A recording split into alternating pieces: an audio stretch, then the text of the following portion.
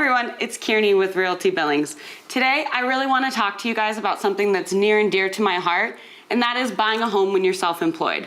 So if you're self-employed, sit back, maybe grab a glass of wine or whatever it is you're into drinking, and let's talk a little bit about my story so that it can help you guys better prepare for when you're looking to buy a home.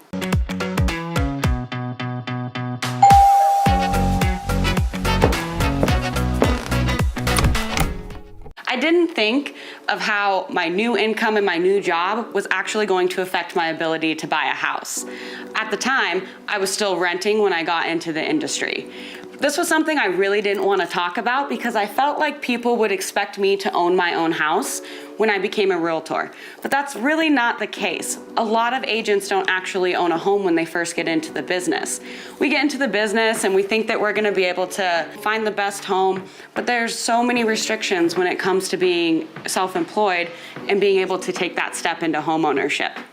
One of the things that really helped me along in the process was starting early and being able to actually plan my steps to getting into a home.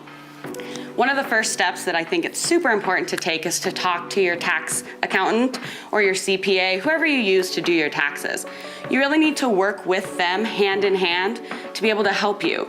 The reason for this is because you have to actually be able to prove that you have enough taxable income to buy a house. This was the issue with me at first too, because when you're self-employed, you're looking for all these deductions so that you can lessen your tax burden. And why wouldn't you? You don't want to have to pay more money in than you should, and you have these deductions for a reason. But the problem with that is as soon as you start deducting, then you're lowering your ability to be approved. So you need to work with your tax accountant in order to actually take step-by-step precautions over the years to build and show that you have some income. The second step that I think is super important is to meet with a lender. And I know that people think that this is a little intimidating to meet with a lender, but meeting with a lender and a tax accountant together is really gonna help you in order to make those next steps and buy a home.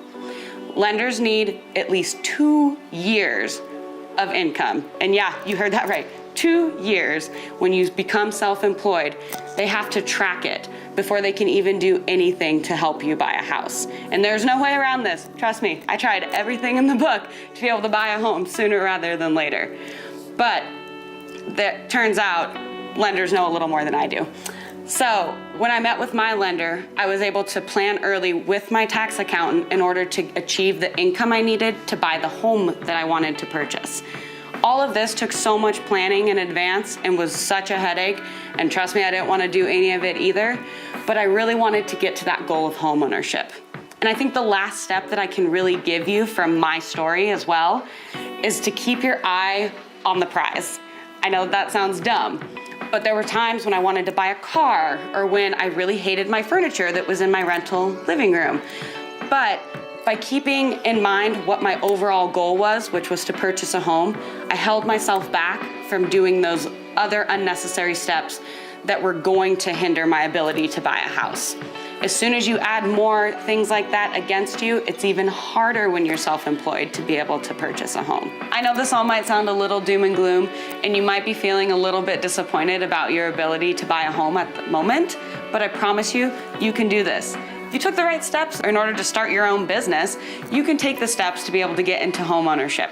If you have any questions, check out my blog post where I go into a little bit more detail about these steps that I advise you to take. Or you can feel free to message me as well. Until next time.